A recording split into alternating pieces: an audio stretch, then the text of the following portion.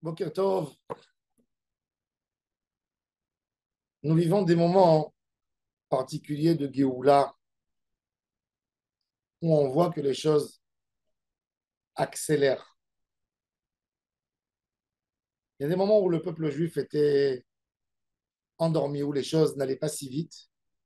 Mais là, on voit que les choses accélèrent. Ce qui se passe dans l'Occident.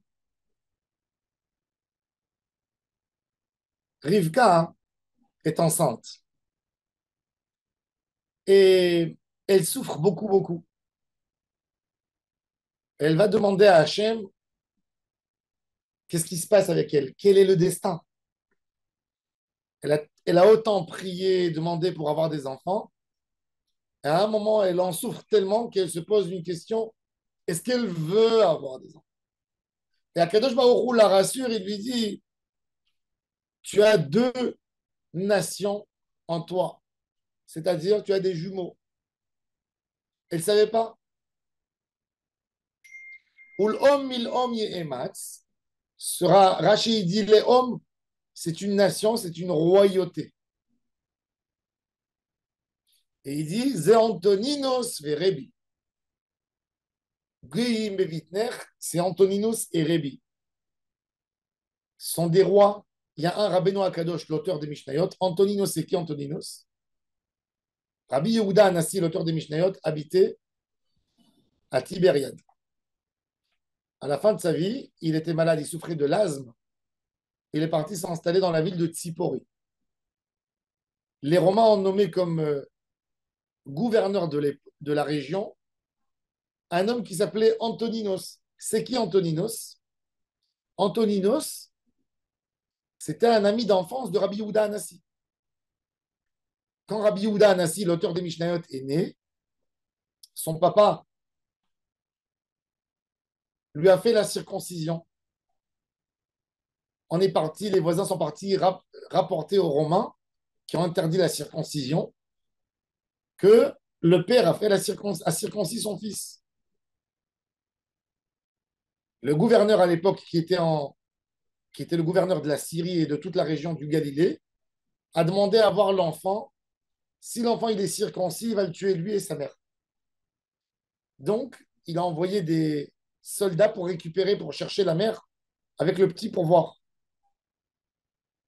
La voisine qui adorait la mère de Rabbi comme si c'était sa sœur, elle va chez elle et elle lui change l'enfant, elle lui donne le sien, Antoninos, et elle prend Rabbi chez elle.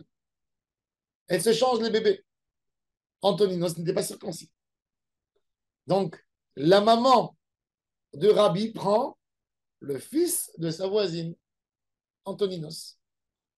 Elle le prend avec lui, elle allait, et elle arrive en Syrie, dans la région où il y avait le palais du gouverneur. Eh bien, évidemment, ils arrivent là-bas, ils ouvrent la couche de l'enfant, etc. Ils voient qu'il n'est pas circoncis. Ils disent à la maman, on s'excuse, et elle rentre chez elle à la maison, et elle rend Antonino, sa voisine, qui lui a sauvé sa vie à elle et la vie de son fils, elle récupère son fils, Rabbi. Antonino se considérait comme un frère de lait, comme on appelle un frère de lait de Rabbi Yehuda Anassi. Sa maman l'a allaité il y a quelques jours et ils étaient très, très attachés. Rabbi est devenu un érudit de la Torah et Antonino est devenu un grand guerrier, un grand chef. Finalement, il a été nommé gouverneur de la région. Quand il a été nommé gouverneur, tellement il aimait Rabbi Yehuda Anassi, ils étaient inséparables, il se construit son palais à quelques centaines de mètres de la maison de Rabbi Yehuda Anassi et il creuse un tunnel de sa maison jusqu'à la maison de Rabbi Yehuda Anassi parce qu'ils n'ont pas le droit de se parler dans la rue parce que lui, il représente les Romains, l'autre, il représente les sages de la Torah et tous les jours, ils se voient et ils étudient ensemble. Antoninos, à la fin de sa vie, il demande à Rabbi Yehuda Anassi de le convertir au judaïsme. Et il lui dit, j'ai peur, tu sais, si je vais faire ça, ça va se savoir, Rome va faire un massacre dans les Juifs. Donc, qu'est-ce qu'il fait Antoninos? Il se fait la circoncision tout seul. sans que personne ne sait. Et il montre à Rabbi Yehuda Hanassi, voilà, je me suis circoncis. Rachid nous dit que quand Akadosh Baruch Hu a dit à Rivka, tu sais, tu as deux nations, il est écrit dans la Torah, Shne Geim Bevidner. Gimel Yud Yud même. C'est pas écrit Goïm. Goïm, ça veut dire une nation. Un Goï, c'est une nation. Vaïtalechum Goï et le Goï. D'un peuple à un autre peuple. Il lui a dit Shne Geim. C'est qui Geim? Geim, des gens forts. C'est qui? C'est Rébi et Antoninus. Ça, c'est la Gemara dans le traité Berachot, feuille 57, qui nous dit ça. Rivka se préoccupait de ce qui va sortir d'elle. Elle dit quoi?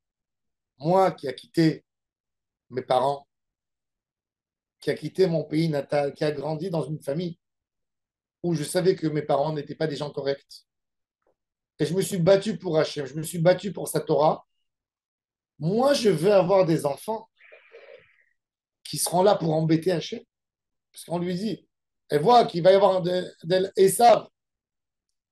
Alors Akadosh Baruch Hu lui dit, ma fille, ne regarde pas le début, regarde la fin. À la fin, il y a Antoninos, quelqu'un qui va faire que du bien. Même le côté de Edom, de Esav, il va réparer et il va devenir Oved Hashem. Le Maharal de Prague nous dit quelle est la différence entre Rivka et Abraham, Yitzhak et Abraham. Abraham a eu 8 enfants. Il a eu le premier avec Agar, Ishmaël. Ensuite, il a eu Yitzhak. Ensuite, il a eu encore 6 enfants avec Ketorah. 7 ont été renvoyés et il a laissé Yitzhak. Abraham Avinu n'a pas laissé rien pour Ishmaël. Et d'ailleurs, il dit le Maharal de Prague, Ishmaël, si on regarde aujourd'hui, dans le monde arabe par rapport à l'Occident, le monde arabe est éteint complètement, vit dans l'obscurité totale par rapport à l'Occident. Il dit pourquoi le Maharal? Parce que Edom et Sav sortent d'un papa tzaddik et d'une maman tzaddik, tzaddiket. Il sort de Yitzhak et de Rivka. Tandis que Ishmaël, il sort de qui? Abraham qui est tzaddik, mais de Hagar, qui est une servante. Il dit, ça a influencé, il dit, Edom, il a toujours été, même avec la haine, parce qu'il a une haine normale, une jalousie d'un frère aîné, qui est jaloux que son petit frère, c'est lui qui a tout pris. Ça, c'est Esav et Yaakov. Mais ça n'empêche pas que Esav va essayer d'imiter Yaakov. C'est pour ça qu'aujourd'hui, qui c'est qui nous imite? Le monde de l'Occident. Tout ce qui est valeur, tout ce qui est sagesse, tout ce qui est architecture, tout ce qui est évolution, quand l'Occident voit qu'un juif a fait quelque chose, il essaie de le copier. Il admire sa culture. L'Occident a accueilli Einstein. L'Occident utilise la médecine du juif. Mais les Arabes, par exemple, ne vont pas utiliser. S'ils savent que c'est un juif, eh ben, ils sont capables de prendre et de casser, de ne pas utiliser. En cachette, ils vont le faire. Il dit le Maharal de Prague, ils n'ont même pas la notion de la finesse, de beauté, comme le Ham Israël. Il dit que Edom, il veut vivre comme un homme. Et c'est pour ça qu'il est très jaloux. Il dit Edom, il est jaloux du Ham Israël. L'Europe est jalouse du peuple juif. Tout ce qu'ils ont fait dans le Ham Israël, c'est de la jalousie. Ce sont des actes de jalousie. C'est pour ça que toujours on nous dit en Europe, oui, tout l'argent est chez vous, vous dominez le monde. Le monde arabe, il dit le Maharal de Prague, c'est des animaux. Ils n'ont pas de notion de beauté. quand vous allez dans n'importe quel pays arabe, regardez le programme urbain des villes. Vous verrez jamais une ville avec des boulevards où tout est propre. Vous allez voir toujours, on accroche le lin sur l'immeuble dans l'avenue principale. Tout est sale. Ils ne savent pas. Ils n'ont pas la finesse, la beauté. Ils ne savent pas. Vous pouvez avoir de très belles maisons, des individus, l'espace public, affreuse. Il n'y a pas de respect. Vous ne verrez jamais des grands parcs, des grands stades. Il n'y a pas d'urbanisme. Il n'y a rien dans l'espace public. Ça, c'est la norme. Il y a quelques pays qui essayent aujourd'hui d'avoir une façade, comme par exemple l'Arabie Saoudite. Vous allez voir une ville qui est très belle. Quand vous allez avancer 50 kilomètres, tout est pareil, comme chez tous les Arabes. Aucun urbanisme. Il dit le Maharal parce qu'ils vivent comme des animaux. Ils n'ont pas la finesse de la culture. Aucune finesse. La finesse, elle appartient à qui? Aux enfants de Rivka. Il y en a deux. C'est ce qu'Akadosh Baruch Hu a dit. Et c'est pour ça que la guerre la plus dure du Ham Israël n'était pas avec les musulmans. Le juif n'a jamais été attiré par ce que l'islam a à proposer. Parce que l'islam n'avait jamais à proposer aux juifs quelque chose qui lui ressemblait. Le juif était fin et il voyait comment il se comporte comme des animaux. Par contre, le juif, oui, a été influencé par l'Occident. On voit très bien. Regardez les juifs d'Algérie, Maroc, Tunisie. Des milliers d'années dans l'exil, ils ne se sont jamais assimilés. Ils sont arrivés en France, hop, ils se sont assimilés. Ils avaient un dégoût total de l'arabe qui vivait comme un animal. Quand ils ont vu tout d'un coup quelqu'un qui, à leur niveau, c'est quelque chose d'autre. Et le tikkun, c'est ça. Et pour ça, il explique le Maharal de Prague. Kadosh Baruch Hu a parlé à Rivka, il lui a donné l'exemple de Rabbi et d'Antoninos. Antoninos était un homme qui a construit des palais merveilleux. Rabbi Yehuda Anassi était milliardaire aussi. La Gemara a dit, Rabbi Yehuda Anassi, celui qui était responsable des chevaux et des animaux de Rabbi Yehuda Anassi, était plus riche que le gouverneur perse de la grande région de l'époque. Tellement il y avait une richesse dans la maison de Rabbi. Mais Rabbi, le jour de son décès, il a levé ses 10 doigts, il les a levés vers le ciel et il a dit, Dieu, toi seul, tu peux être témoin que je n'ai jamais tiré profit de ce monde comme un doigt, je n'ai pas pris. Ça veut dire avec toute sa richesse, il a compris que le Olam Hazé, ce n'est pas l'objectif. Et ça, c'est le vrai débat entre Édom et Am Israël. Am Israël comprend dans la beauté, comprend dans la finesse, mais veut donner tout ça à Hachem, comprend que le vrai débat, le vrai champ de bataille, c'est où? C'est dans le Beth Midrash, sur le livre, dans la sagesse. C'est là où je vais gagner mon ennemi. Et le goy le sait très bien. Et c'est pour ça que toujours, quand Rome a essayé, quand les ennemis du Ham Israël ont essayé de détruire le Ham Israël dans l'Occident, ils se sont attaqués à quoi? À son livre, à sa sagesse. N'étudiez pas la Torah. Les communistes, ils ont interdit d'étudier la Torah. Les Romains ont interdit d'étudier la Torah. L'Église a brûlé les livres du Talmud.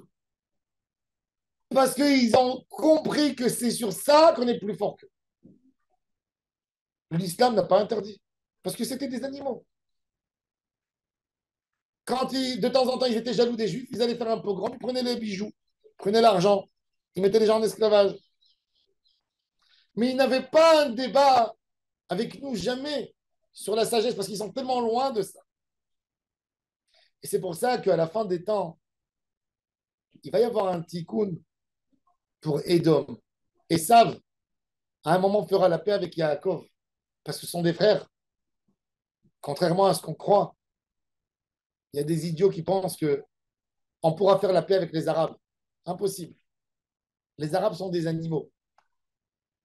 Dans leur définition, ils se comportent comme des animaux. Ils ne peuvent pas, un animal ne peut pas faire la paix avec un homme. Un animal reste avec des instincts animaux. À qui, oui, on peut expliquer? À l'Europe, à l'Occident, qui sont des descendants de Édom, de Esav, qui est notre frère à la base. À eux, on peut expliquer un jour. Ils pourront comprendre notre vérité. Aujourd'hui, ils essayent de l'étouffer parce que c'est de la jalousie. L'Europe comprend très bien qu'Am Israël a le droit de se défendre. Tout ce qu'elle agit, ce n'est pas de la jalousie. Mais en elle, elle le comprend. En elle, elle le comprend. Arrivera le jour, et c'est ce qu'il dit. Rabbi Antoninos, à la fin, ils ont fait la paix. Antoninos, qui était un descendant de Esav, il a fini par se convertir. C'est-à-dire que Édom, Esav, à un moment comprendra la vérité. C'est avec ça que Rivka a été consolée, que même que Esav va sortir d'elle, faire des ravages pendant des milliers d'années, en fin de compte, il fera son tikkun et il arrivera à comprendre le Emet. Baruch Adonai Leolam. Amen. Amen.